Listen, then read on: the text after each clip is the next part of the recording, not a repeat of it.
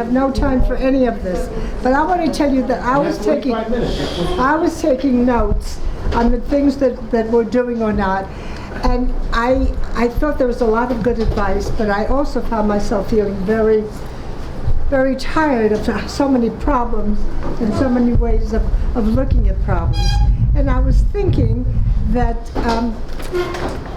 that our Jewish religion has sort of, this has nothing to do with what I'm going to talk about, but I just couldn't help thinking that we have 3 weeks before Tisha B'Av with 3 Haftorahs. What are they about? What are they about? They're about tragedy. They're about terrible things happening. And then we have 7 Haftorahs of comfort. So I think that when you think about it, we talk about all this tragedy, all these terrible things, but you have to have hope. You have to look into it. And I think my whole life story depends on that hope. And Tisha B'Av, I'm told by many of the rabbis that someday it's going to be a day of comfort. And so we think of how we can help people, but we have to think about it. They talked about selflessness. And my whole life, from the age of 3 and probably before 3, which I don't remember, has been of people helping me. Can you see me? Yes. Yeah, I should be careful not to insult anybody, not to hurt anybody by not showing them. We have to help others. We have to see what we can do and listen to them. And he said, feel and want to be helpful. Listen to people so you know what you're doing. And that's what they were saying. I took all these notes out. And Tisha B'Av, when you think about it, and it deals with the Holocaust, it's almost like copying. It says, why was this wonderful city of ours lying there like a widow? Why was it lonely? Why was it sad? Why were there orphans? Why was there hunger? Why was there thirst? Why was there misery all around? Isn't that exactly what happened? Why did Warsaw all of a sudden become a desolate state? Budapest, my hometown of Pietrków, devoid of Jews, not having anybody around. You could really take the words and just transpose the cities and the times. And we know that the temple was destroyed in 586 BCE by the Romans, the Babylonians, and then some people came back. But how many people came back? I don't have this written down, but I remember my husband saying all the time that only poor people and sad people who did very well in Babylonia, didn't mind coming back. Isn't that what's happening in our world now? People who come to Israel either because they really have a lot of pride and feeling of Zionism, or they're not so happy and they're hoping to change their life. And hopefully we will be able to do that. So when I was listening to all this, and I was trying to think I was taking notes in the dark there. Jeremiah pleads with God not to forget us, to remember us. Listen, that's exactly what our prophet is asking of God to do, and these rabbis were telling us we have to do it to other people. And we hear about the death and the orphans and the widows, and I can't tell you that it's a pleasant thing. I lost a husband and I lost a son. So I know what it is. But I'll tell you something else, that I don't think that we are allowed to live with sadness. And that's why we very often you have the first, when somebody dies, the first day of death. I don't have any of this prepared, so if I'm saying the wrong thing, quote me. But the first day is the worst day, right?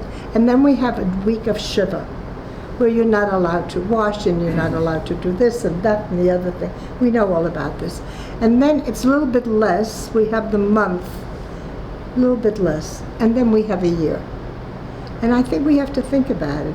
And rather than think of misery and of how bad things are, let's think of how we can make it better. And let's think of the hope that we have. Now, my story is different than most stories that you hear about the Holocaust. First of all, because with all the misery, my book is called Daughter of Many Mothers, her horrific childhood, terrible childhood until I was 10, and her wonderful life. In 1908, first of all, the first ghetto that was organized in September 1st, 1939, when Hitler came into Poland, first country, was Pietrków, my hometown. You may recognize the name because some very important people came from there. One of them was Rabbi Meir Shapiro, who started Daf Yomi, and he started Chochmei Lublin, so he left, and his cousin Rabbi Lau came in. And he was the rabbi of our shul until he was taken away at the same time as my mother and brothers, and 2,000 others, and then 2,000 more, 8,000, and sent to Treblinka. But Pietrków was the first town they came in. And as soon as they came in, armies came in. The Germans were very strong. Planes were falling down. Marches were going. The Polish army was not ready at all. And right away, they built a barbed wire fence around the Jewish section, and that was known as the ghetto. Jews living outside of that ghetto were not allowed to live there. They had to move in. And then Jews living in small towns in Stettlach, they couldn't live there. They had to move in. So think of your apartments, whether in Jerusalem or New York or wherever you came from. If you have 4 and 5 and 6 families moving in with you, with babies, with children, with grandparents, maybe with animals, there isn't enough food. People are starving. There isn't enough medicine. People are dying from medicine. There's no heat, so it's very, very cold.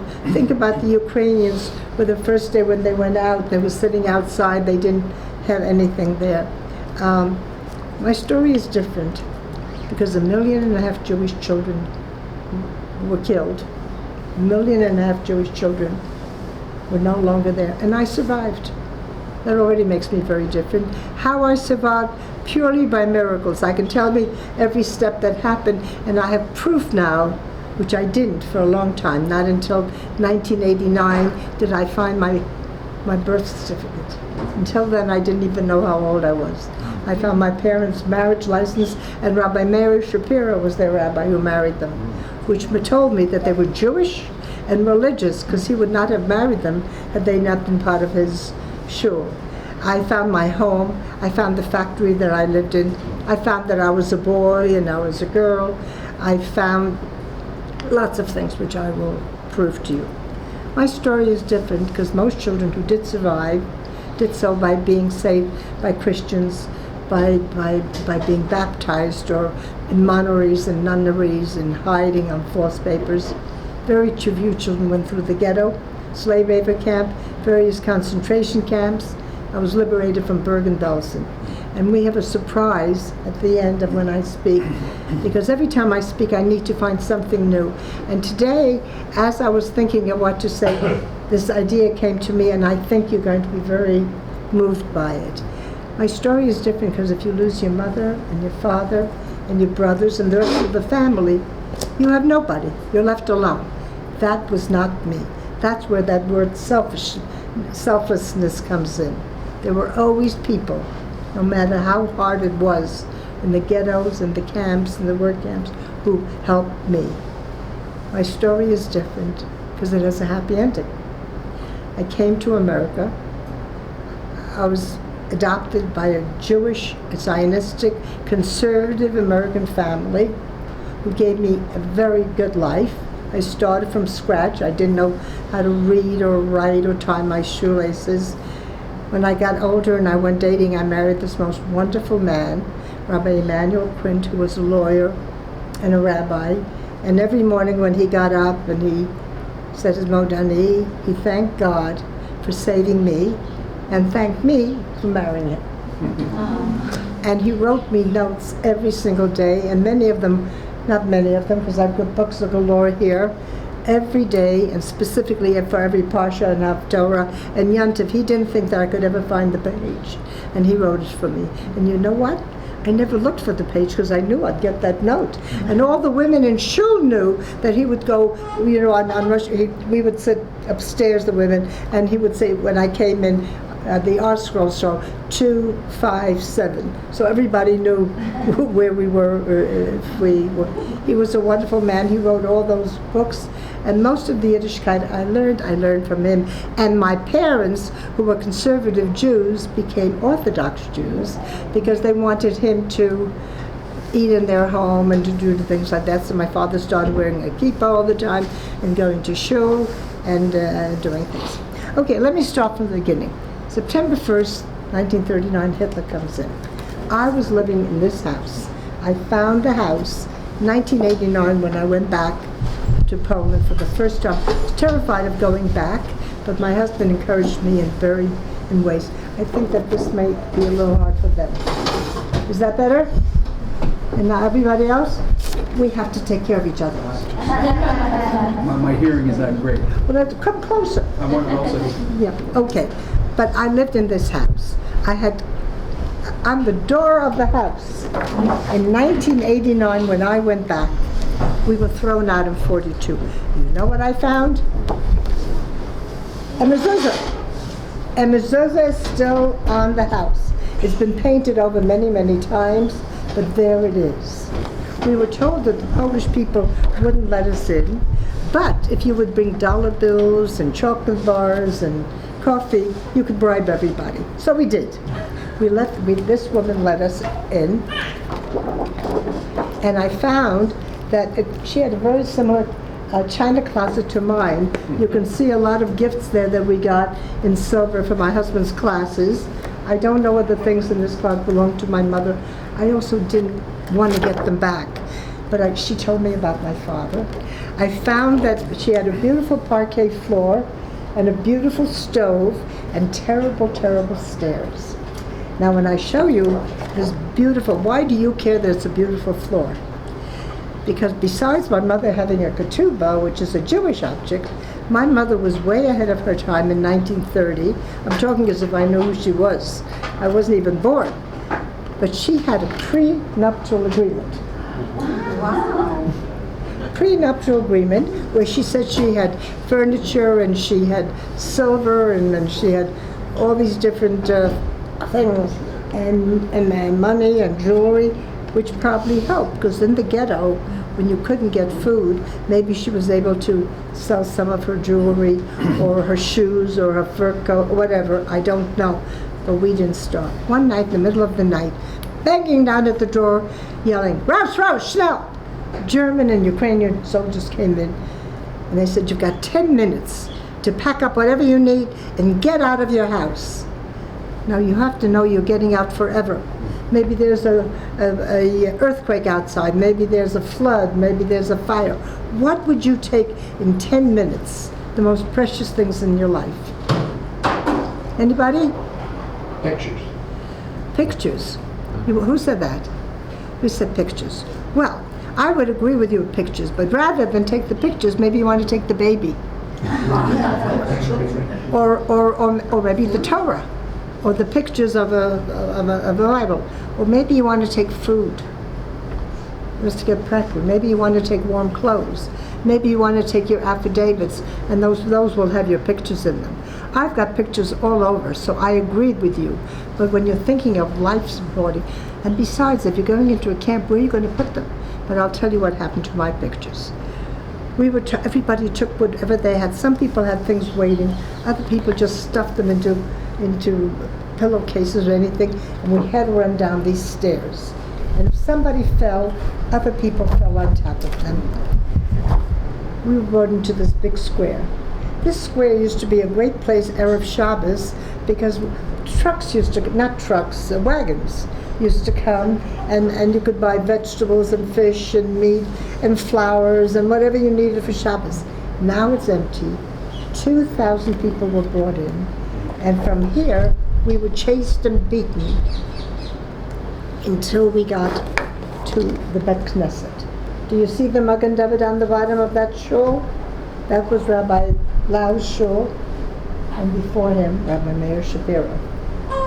It's a beautiful shul. It was not badly damaged. But there are no Jews left in Pietrograd, not a one. I met the mayor, and he thinks it would be so nice to have Jews come back. I don't think anybody should go back. The shul was made into a library. And here you can see I have two women whom I hired to help me find things because I don't speak Polish. Yiddish was probably the language I spoke. It was the language in the camps. There's a back door there. Make sure that you see it. Do you see the back door, everybody? Inside the shul, if you ask the librarian to pull open the curtains, what do you see? I know you're not answering because nobody in the movie asked you, but I am asking. I like, what? Aseret, thank you, Aseret Hadabrot. And in the Aseret Hadabrot there are holes. What are those holes? Bullets. Bullet holes. I really do like you to speak. I know I'm speaking very quickly because I figured Rabbi Schultz, he said I didn't have much time. Bullet holes. I am 6 years old at the time. I was 3.5 when the war started. What do you think a child who was so terrified, who was in Beth Knesset, they took the Sefer Torah out and they tore it up. They took out the Chumashim and the Sidurim and they took the Talesim out and people had to go to the bathroom, so they cleaned up the floors with the Talesim. You can imagine the terrible feeling. You were absolutely in hell. You couldn't possibly be there. We were in this room. I am 6 years old. My brothers are older. What do you think your child would be doing? Or what did you do when you were 6 years old when you were scared? They talked about it in the talk here. What would you do if you were so scared? Cry. I think I'd be crying. Is that what you said? Say hide. Oh, hide. Hide behind my mother. Right. I think so too. I think I would hide behind my mother. And what do you think my mother would do? I think she would hide me behind her, or maybe under her skirt, or maybe holding her. And I think she would do the same thing with my brothers. I don't know how this happened. Back of that door that I showed you, there was a man. My name at that time was Fredja or Fredel. And he beckoned to me and he said, "Run, run, run." Why would I run away? Why would I run any place rather than hiding, as you said, behind my mother? I don't know what happened. Maybe my mother pushed me. Maybe God pushed me. I ran. Maybe I was stupid. Maybe I was ignorant. Maybe I had chutzpah.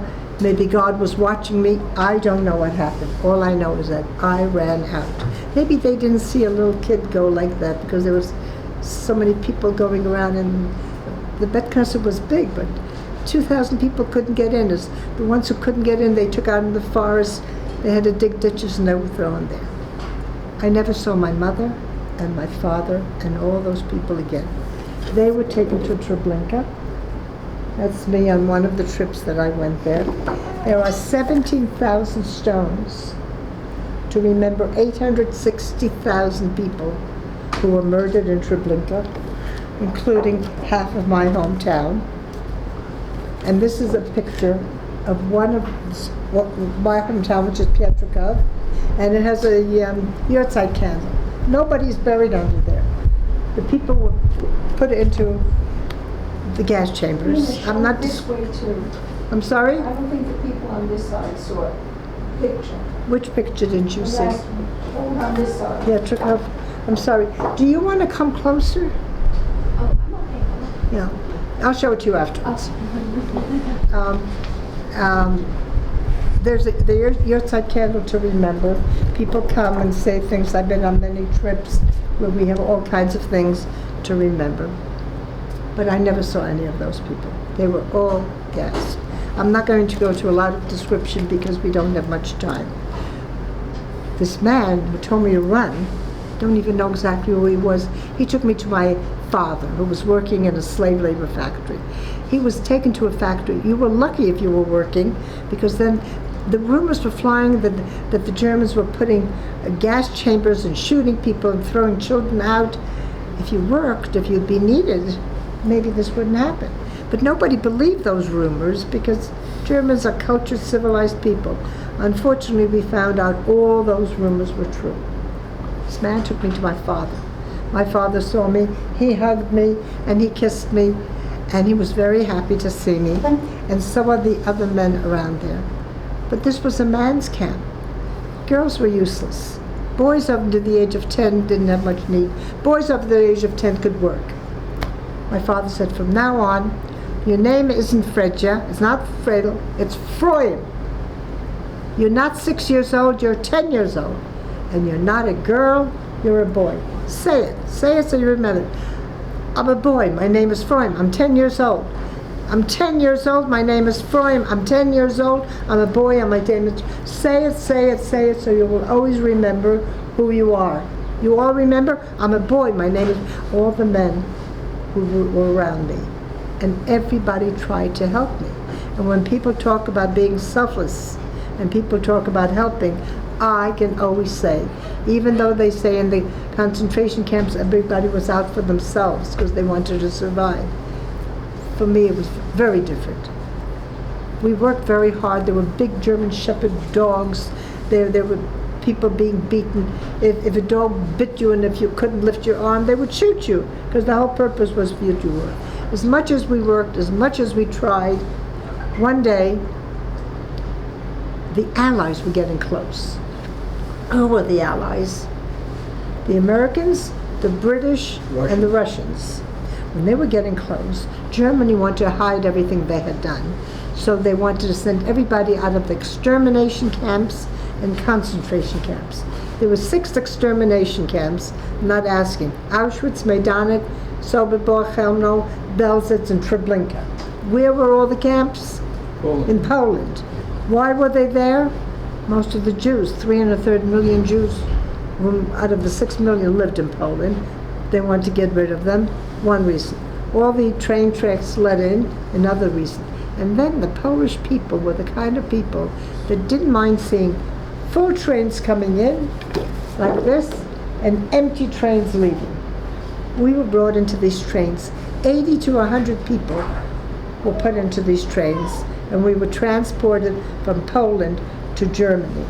Sometimes Poland isn't so far, but sometimes if you come from Greece or other places, it could take 2 or 3 days. Nothing to eat there, nothing to drink, and no toilet. And people have to go to the bathroom anyway, so you can imagine the smell, the stench. People fainted, people vomited, people died. There were no steps. They're meant for cattle. Everybody had to push everybody else in or pull them in. When we finally got to Poland, we had to jump into the snow. We used the snow to eat it. We were so hungry. I guess you feel it now, but you don't know what hunger is. I don't know what hunger is. You can't imagine. We haven't eaten since yesterday, 7:15 or something like that, and you're hungry. What is it if you don't eat like that day after day after day? And the food you get is soup that smells of garbage because it tastes of garbage. Can you imagine what hunger is? It's not easy to explain. Sometimes I think what I try to remember, you don't forget smells. And the smell of the soup is, if you go in the back of a restaurant and you smell the thing, and you don't forget cold, walking in that snow, without shoes, without coats. We were put on these trains. We got off the train. We were in a new place. While we were getting used to it, eating the snow and looking around, there was light from the heaven. Germans came, motorcycles, and with bullhorns. They made an announcement: "You're being taken to camps. Men on one side, women on the other." My father had a problem. What's the first thing you have to do when you go into a camp? You have to get undressed and go showers. Why did they care about you going into showers? Well, first of all, they didn't want to be around people who had lice and fleas and feces all over. But you have a very nice watch, and you have a watch, and you have a necklace, and I have a ring. If you get undressed, you can't hide anything anywhere. So anything that you have to leave on piles there. Germans were very clever about everything that they had to. My father realized he couldn't take me with him. He met a school teacher. He gave me a picture like you thought the pictures. He had a picture of my mother, my father, my 2 brothers, and me, a family. He said, "Look at the picture. The war is going to be over right away. The Allies are getting closer. Just look at the pictures and remember a happy family, how wonderful our life was. Everything will be fine again." My father promised. There are a lot of fathers here. Fathers are supposed to keep their promises. My father didn't keep his promise. I never saw him again. I did find a train schedule. Germans were very busy keeping records of everything. I have a schedule of my father and his brother, whose name was Lichtenstein, and the two Lau brothers, Yisrael Meir Lau and Naphtali Lavi, who used to be Naphtali Lau, because it was alphabetical. And I found that they came into Buchenwald. They came from Chenstochova to Buchenwald. The women, I became a woman again, were sent to Bergen, Belsen. I never saw my father again, my uncle, anybody else. When we came into Bergen, Belsen, we also had to walk through the snow. Oh, we were in the snow up on top. Down below, there were two men lying in the snow with their pants down. Freezing cold snow. Why in the world would two men lie there with their pants down? As a little girl, I just keep on seeing the thing, but I didn't know. Do you know? If a Jewish woman ran away, maybe she could pretend to be a Christian. If a Jewish man ran away, and if he had a Brit Milah, it was a dead giveaway. We know who you are. You think you're not going to hide? No way. We came in. We had to get undressed. We had to leave everything there. I was holding my picture.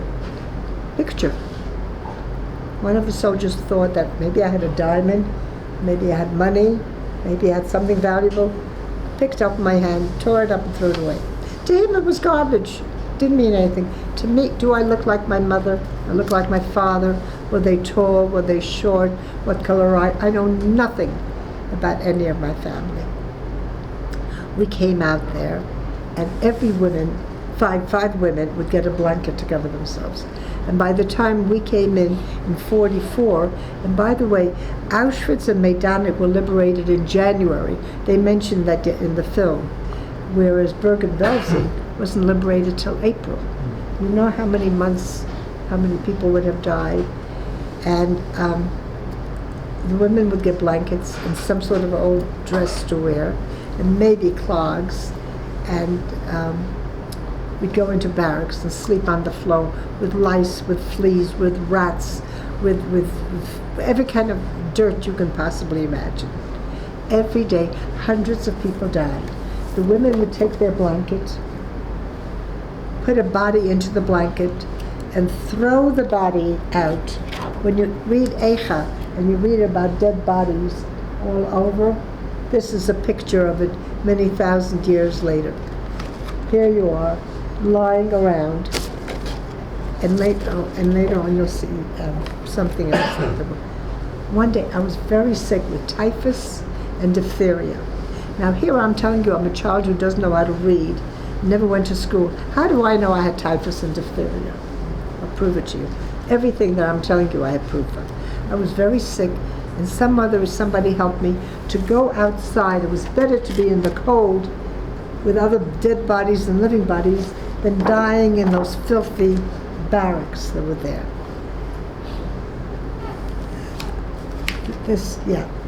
Something happened that day that never happened.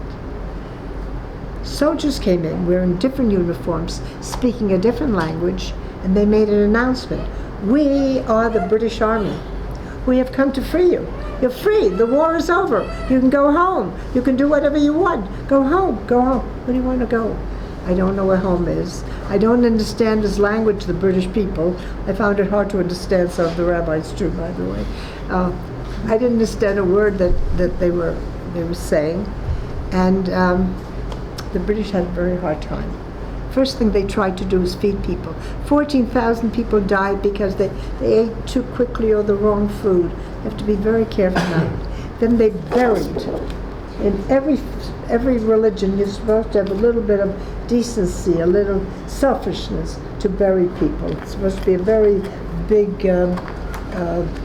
mitzvah. Well, here, 10,000 people, they couldn't do it with bulldozers. They got Jews and they got even Germans around. Then they burnt down all the barracks that the Jews lived in. They were so filled with lice, with fleas, with rats, with any kind of thing that you can imagine. They put typhus around, signs around, because it's a very, very high contagious disease. my luck is beginning to change.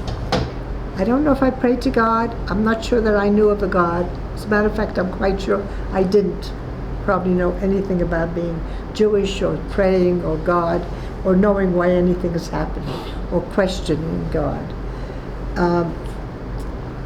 Sweden had opened its doors to 6,000 survivors, and I was one of them. And they put me on a stretcher, and I have the exact record here that I was transferred in a transfer to Sweden from German concentration camp to Sweden. I went to a camp called Yard, displaced persons camp. I met another new woman. She took care of me. What does it mean, take care of me? She had no food or anything, but the fact that you had someone to talk to you, to listen to you, to hold on to you, is what the rabbis were saying, that you need somebody near you. And I was very sick, and then this woman disappeared. All my mothers kept on disappearing. I was sent to a hospital.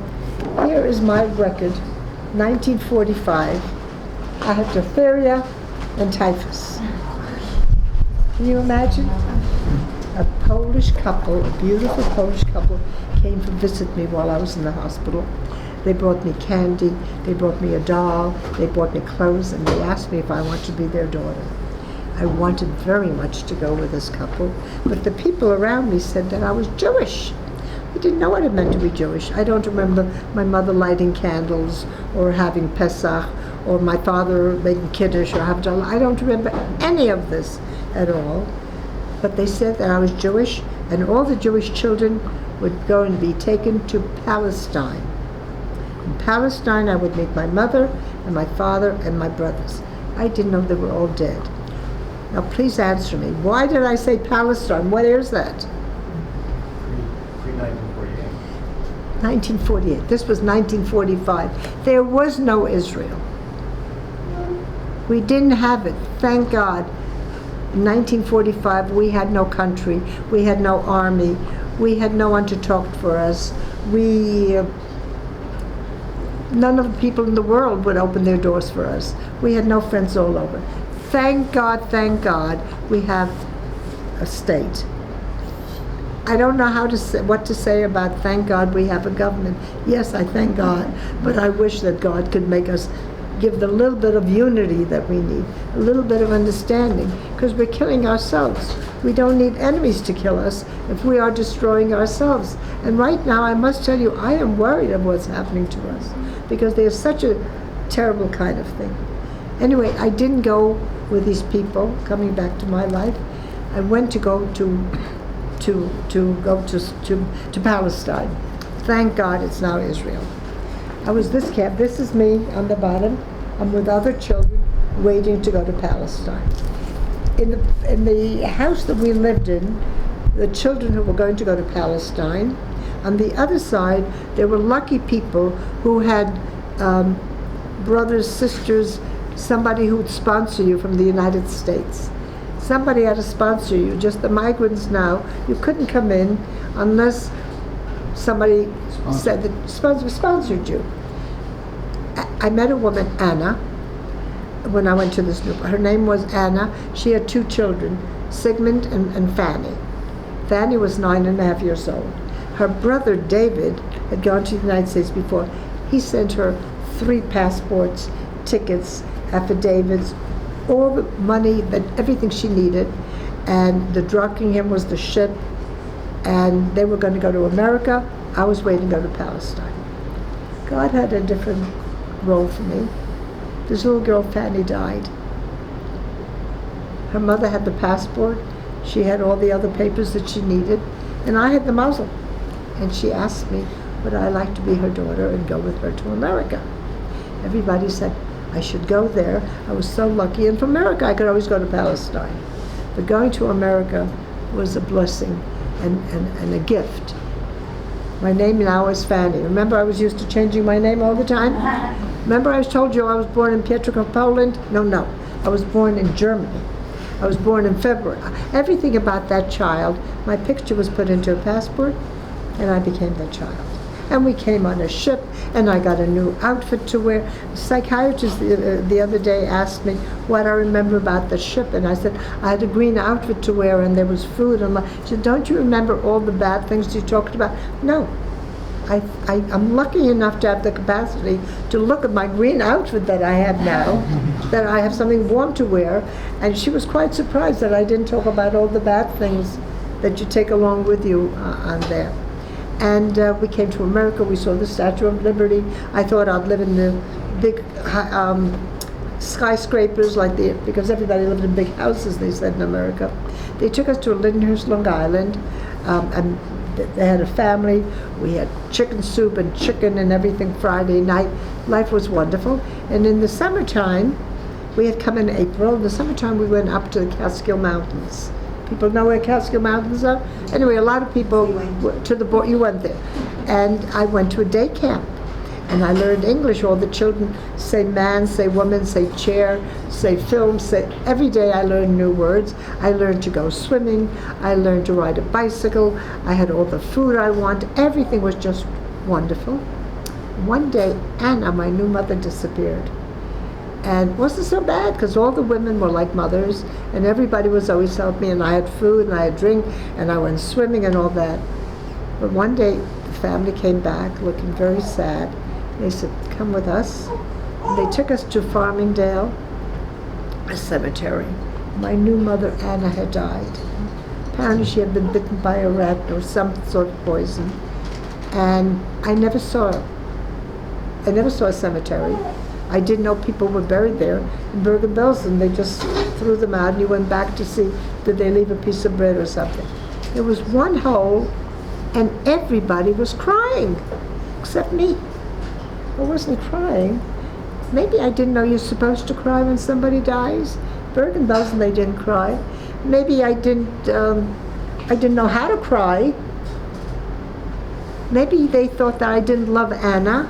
I did love Anna. I just didn't know that you're supposed to cry when somebody dies. They took me back to home, and we sat Shiva, 7 days of mourning, and they had a problem. They brought over a woman who was going to take care of her children, but now that she wasn't here, they really didn't want me.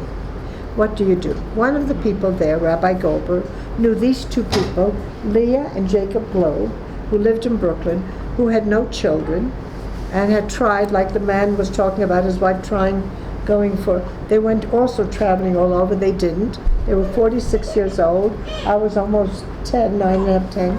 And they asked them, maybe you'd like to meet this little girl, see what it would be there. I went there for Shabbos. There was Friday night, there were candlesticks, there was chicken soup and all the things that go with it. There was kiddush. All this was very new to me.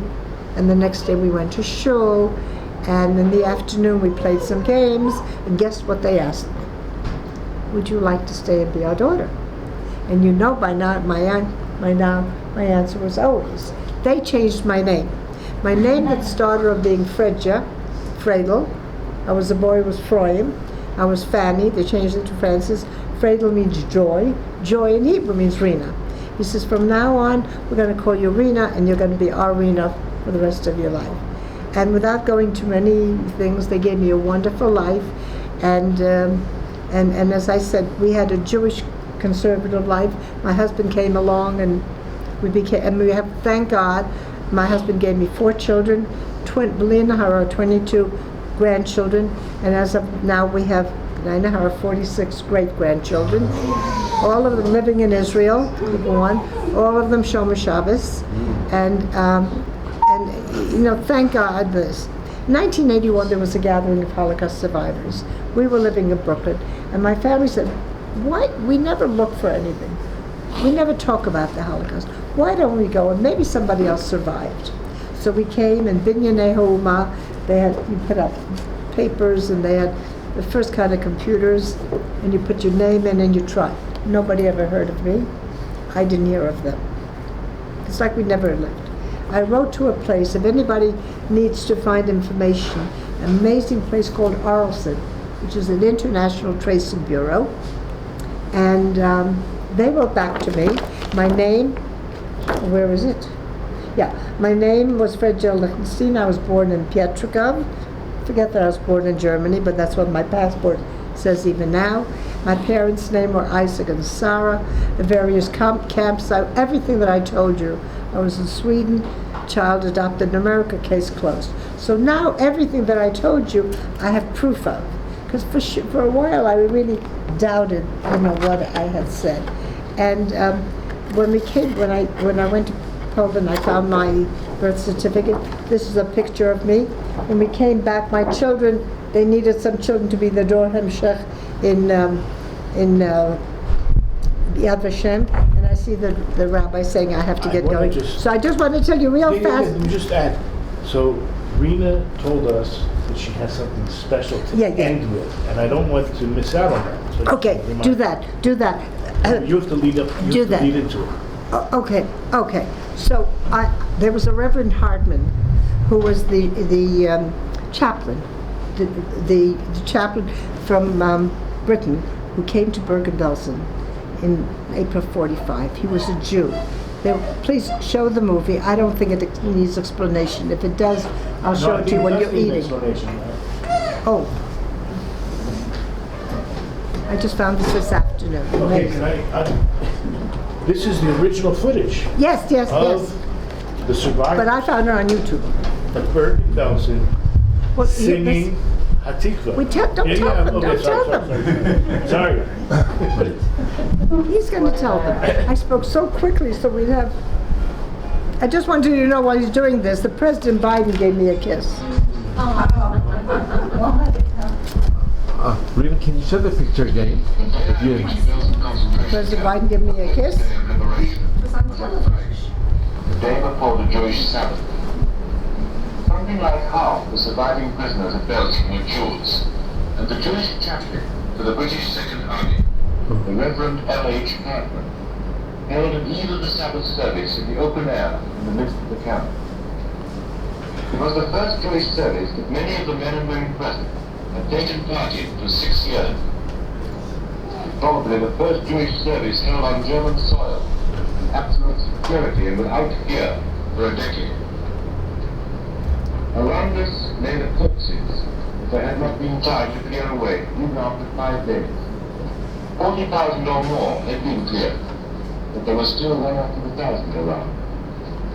People were still lying down and dying in broad daylight in front of our eyes. This was the background to this open-air Jewish service. During the service, a few hundred people gathered together, were sobbing openly, with joy at their liberation, with sorrow at the memory of their parents and brothers and sisters that had been taken from them and gassed and burned. These people knew they were being recorded. They wanted the world to hear their voice. They made a tremendous effort, which fighting both. Listen.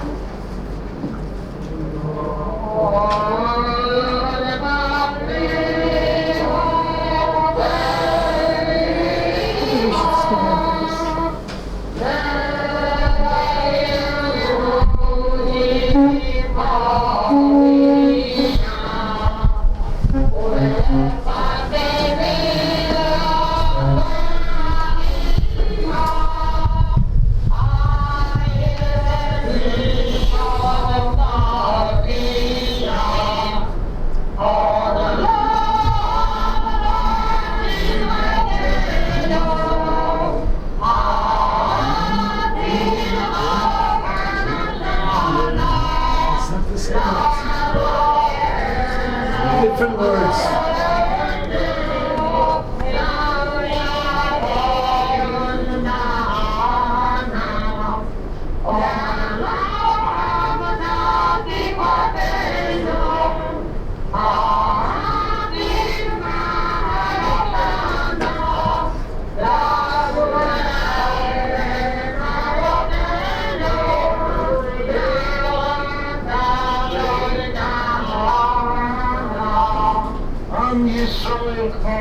The children of Israel still live. Isn't that amazing? Now I looked this up, because when you wanted to sing it, and you would certainly write, the words are different from the version. It says, the original, L'shuv le'eretz avotenu, ir bad David Chana. The people in Israel didn't want to make it so biblical, religious, so they changed it to Eretz Sion v'Yerushalayim. The long-time hope to return to the land of our forefathers, the city where David dwelt. I have this out. We took Esty, help me find it. What is that? Oh, yes. Oh, we read Eicha, and I was going to talk about it in comparison, and she's going to go ahead. Yeah. We'll use the last sentence to finish. Speak loudly, yeah. The last sentence of Eicha that all of us read last night, and all of us repeated. Yeah. Hashivenu Adonai Elecha v'nashuva Hadesh Yameinu Kikedem. Bring us back to you, Hashem, and we shall return, renew our days as of old. Amen. I want to thank Rena, Curtis, and Quint again for sharing. Very moving, and thank you. I'd like to ask the men just come over the corner here, David.